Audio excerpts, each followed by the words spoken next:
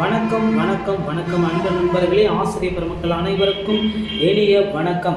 இன்னைக்கு நாம் இந்த வீடியோவில் எதை பற்றி பார்க்க போகிறோம் அப்படின்னு பார்த்தீங்கன்னா, யூஜிடிஆர்பியோடைய மேக்ஸ் டிபார்ட்மெண்ட்டோடைய கட் ஆஃப் மதிப்பெண்களை தான் இந்த வீடியோவில் இப்போ நாம் முழுமையாக பார்க்கலாங்க.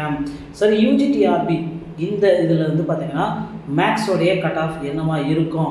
இந்த 2024 ஆண்டில் யூஜிடிஆர்பி தேர்வு நடத்தியதே ஒரு பெரிய போர்க்களமாக இருந்துச்சு. தேர்வு நடக்குமா நடக்காதா அப்படின்ட்டு நிறைய பேர் வந்து பார்த்திங்கன்னா எதிர்பார்த்துட்டே இருந்தாங்க. ஸோ உங்களுக்கு வந்து பார்த்திங்கன்னா இந்த ஆண்டு தேர்வு நடத்தப்பட்டது கடினத்தன்மை வாய்ந்ததாக கருதப்பட்டதுங்க.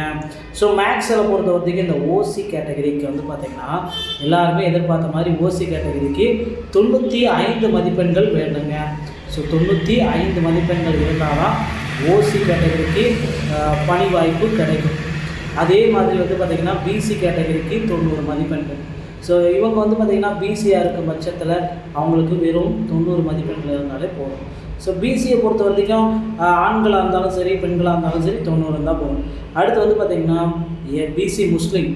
ஸோ இந்த பிசிஎம் கேட்டகரியில் வரப்போ வந்து பார்த்திங்கன்னா 87 இருக்கணுங்க.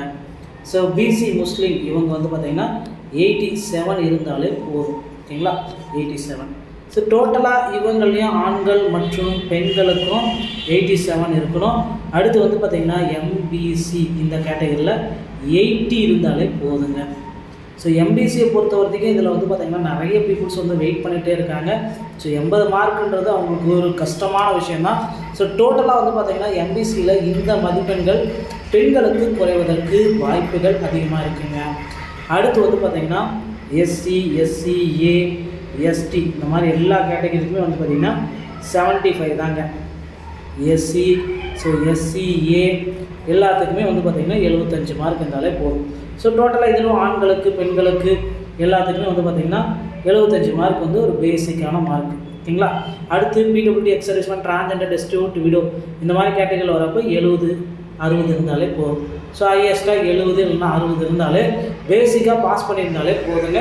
இவங்களுக்கு நிச்சயமாக பணி வாய்ப்பு கிடைக்கும். ஸோ மக்களே, இதுதான் மேக்ஸ் டிபார்ட்மெண்ட்டோடைய அதிகாரப்பூர்வ கட்டம்.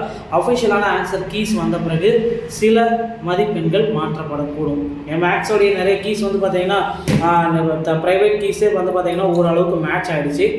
அதிகாரப்பூர்வ கீஸ் வந்தாலும் ஒரு 2 மதிப்பெண்கள் மட்டும்தான் குறைவதற்கு வாய்ப்பு இருக்கே தவிர அன்அஃபிஷியலான கீஸ் வந்து பார்த்திங்கன்னா நிறைய பேர் டெரிவேஷன்லாம் போட்டு கொடுத்துட்டாங்க. ஸோ அதுதான் ஃபைனலைஸ் ஆகும் நம்ம எழுதுக்க முடியும். ஓகேங்களா, பொறுத்துக்கு நம்ம பார்க்கலாம்.